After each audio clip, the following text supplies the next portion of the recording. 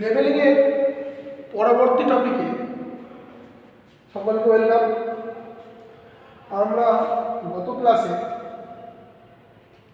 Level surface, level line, horizontal plan, return surface এই পর্যন্ত শিখেছিলাম বা দেখেছিলাম যে কোনটা কি, কোনটার কাজ কীভাবে হয়। আজকের ক্লাসে এই দুটি গুরুত্বপূর্ণ টপিক আলোচনা করব, রিডিউস লেভেল আর বেঞ্চমার্ক। ডাইরেক্ট টপিকে আসি। রিডিউস লেভেল সংক্ষিপ্ত ফর্ম আর এর মধ্যে বুঝি কোনো ভার্টিক্যাল হাইট, তির্যক উচ্চতা, ভার্টিক্যাল হাইট উল্লম্ব উচ্চতা কোথা থেকে? এই ডেটা থেকে। তাহলে সাজিয়ে নিতে কি বলতে হবে যে সুনির্দিষ্ট কোনো ডেটা লাইন থেকে কোনো একটি ভার্টিক্যাল হাইট, কোনো একটি বস্তু ভার্টিক্যাল হাইট সে ডেটার থেকে উঁচুতে আছে বা কতটা নিচুতে আছে সেটা ডেটার রেসপেক্টে মাপব, কিন্তু যে হাইটটা কতটা উঁচুতে কতটা নিচুতে এই হাইটটাকে বলা হয় আর, অর্থাৎ রিডিউস লেভেল। তাহলে বোঝাই যাচ্ছে যে কোনো একটা বস্তু ডেটা লাইন যদি এইখানে বস্তুটা হাইট হয় তাহলে কতটা হাইট বা কতটা বিলো, যদি নিচে হাত নিচে থাকে বস্তুটা ডেটা থেকে এটা কতটা নিচে আছে এই উচ্চতাকে বলা হয়, এই উচ্চতাকে বলা হয় রিডিউস লেভেল। তাহলে বোঝাই যাচ্ছে যে মাপ, ভার্টিক্যাল মাপ নেওয়াটা রিডিউস লেভেল। কার সাপেক্ষে নেব? ডেটাবেস সাপেক্ষে। তাহলে এবার লেভেলিংয়ে আমরা যখন ডাম্পি লেভেল বা অটো লেভেল ব্যবহার করব ভার্টিক্যাল উচ্চতা নেওয়ার জন্য, তাহলে প্রত্যেকটা ভার্টিক্যাল উচ্চতা অর্থাৎ স্টাফ রিডিং, একদিকে স্টাফ একদিকে লেভেল মেশিন, আমরা লেভেল মেশিনের দ্বারা রিডিং করব। এই যে রিডিং করে উচ্চতা নির্ণয় করব, এই উচ্চতা ভার্টিক্যাল হাইটটাকে বলা হয় রিডিউস লেভেল। ঠিক আছে? এবং ওই উচ্চতাটা যখন কোনো একটা ড্রয়িংয়ে বা কোনো একটা ড্রয়িং বলতে পারি, ক্রস সেকশন বা লংজিটিউডাল সেকশন ড্রয়িংয়ে ফেলবো, নির্দিষ্ট ডেটাবেস দেখে আমরা ফেলবো। ঠিক আছে? ওই রিডিংটা তখন আড়াই হিসাবে বিবেচিত হবে। আচ্ছা, বেঞ্চমার্ক খুব গুরুত্বপূর্ণ টপিক লেভেলিং। এই বেঞ্চমার্ক সম্বন্ধে ধারণা না থাকলে কোনো রিডিং নেওয়া যেতে সম্ভব নয়। বেঞ্চমার্ক কি? আগে বলে রাখি, বেঞ্চমার্ক একটা ফিক্সড পয়েন্ট যার আরে রিডিউস লেভেল আমরা জানি। তাহলে কোনো একটা ফিক্সড পয়েন্ট যেটির রিডিউস লেভেল আমরা জানি সেটাই হলো বেঞ্চমার্ক। বেঞ্চমার্কের কার্যকারিতা কি? বেঞ্চমার্ক একটা রেফারেন্স মতো কাজ করে কোনো স্থানে বা কোনো বস্তু বা কোনো কিছু উচ্চতা নির্ণয় করার জন্য। বোঝা গেল? বেঞ্চমার্ক হচ্ছে একটা রেফারেন্স যার আরএল আমরা অলরেডি জানি।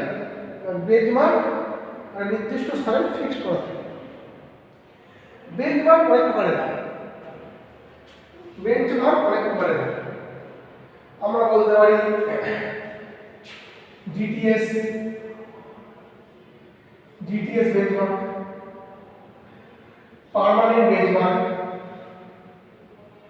Permanent BM benchmark, GTS BM.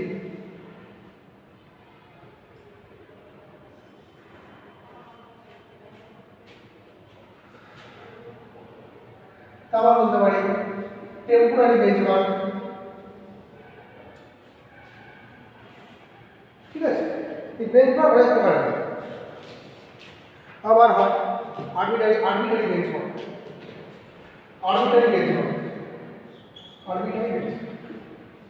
এই প্রত্যেকটা বেঞ্চমার্কে আলাদা কার্যকারিতা আছে।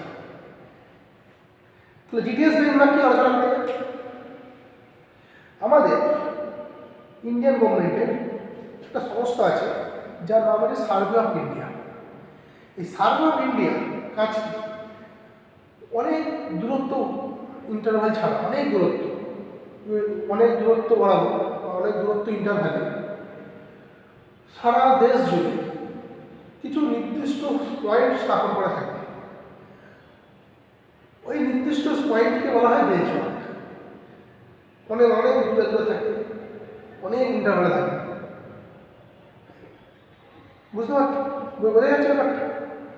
তাহলে একটা সার্ভে অফ ইন্ডিয়া ডিপার্টমেন্ট সারা দেশ বরাবর কিছু অনেক বড় বড় দূরত্ব অন্তর কিছু নির্দিষ্ট পয়েন্ট ফিক্সড করে দেয়। এই ফিক্সড করা পয়েন্টটা হলো GPS benchmark, great trigonometrical survey, GPS benchmark. তারপর হচ্ছে পার্মানেন্ট বেঞ্চমার্ক। আচ্ছা, আমাদের দেশে বিভিন্ন শহরে, বিভিন্ন গ্রামে কোথাও রাস্তা, কোথাও রেলওয়ে বা কোথাও ব্রিজ ইত্যাদি তৈরি হয়। কারা তৈরি করে? বিভিন্ন সরকারি সংস্থা, যেমন রেলওয়ে, পিডাব্লিউডি, সিপিডাব্লিউডি, বিভিন্ন ধরনের সংস্থা। তারা কী করে? এই পার্মানেন্ট বেঞ্চমার্ক থেকে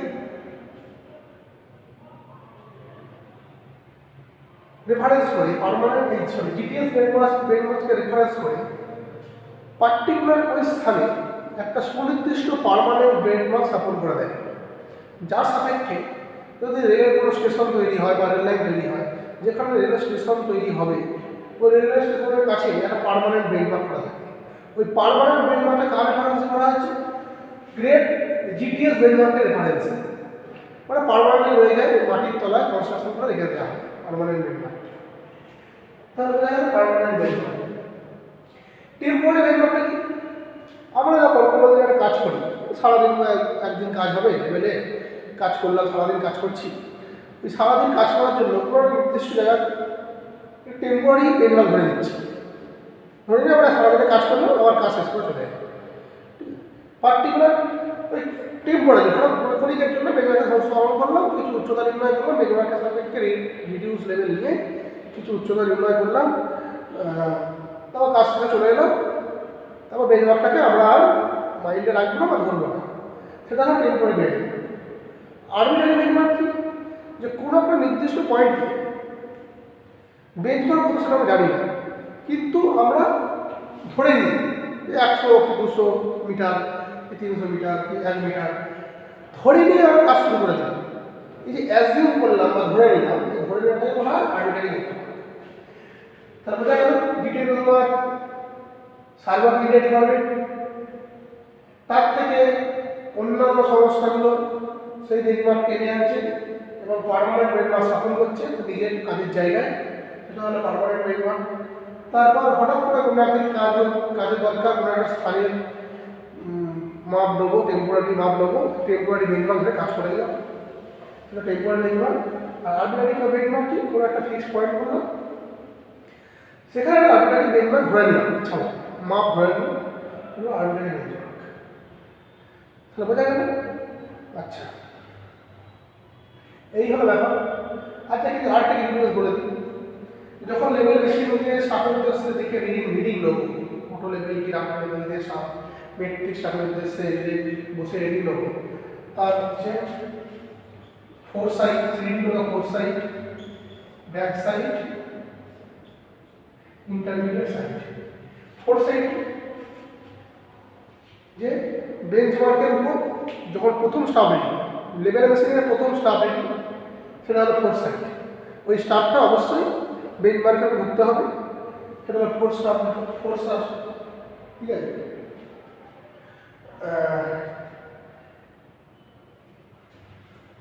এইবার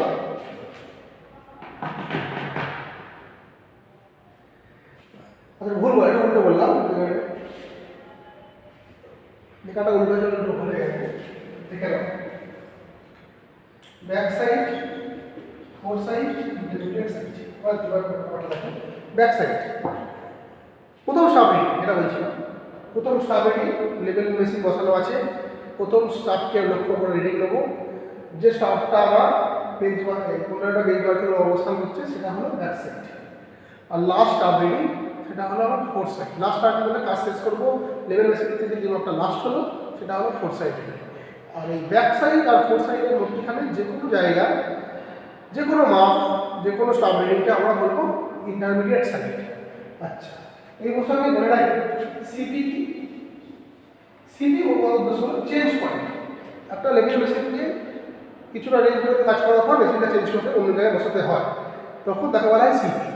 সিপি মেশিন চেঞ্জ করার পর যেখানে লাস্ট স্টাফ ধরেছিলাম ফোর সাইড হিসাবে গণ্য হয়েছে, মেশিন তুলে নিয়ে অন্য জায়গায় চলে যাচ্ছি, সেই যেখানে ফোর সাইড হিসাবে স্টাফ ধরেছিলাম সেখানেই আবার ব্যাক সাইড হিসাবে কাজ শুরু করবো, তাহলে ওটা হলো সিপি। তাহলে back side, fore side, front side, CP. ঠিক আছে, এটা জানা গেল, ডিজ মার্কটা জানা গেল, রিডিউস লেভেলটা, আর এইগুলো আগের দিন দেখানো হয়েছিল। মানে এই হলো মোটামুটি লেভেলের টেকনিক্যাল টার্ম, যেগুলো একটু ভালো করে দেখতে হবে এবং শুনতে হবে এবং পড়তে হবে। আজকের ক্লাস আমি এখানেই শেষ করছি।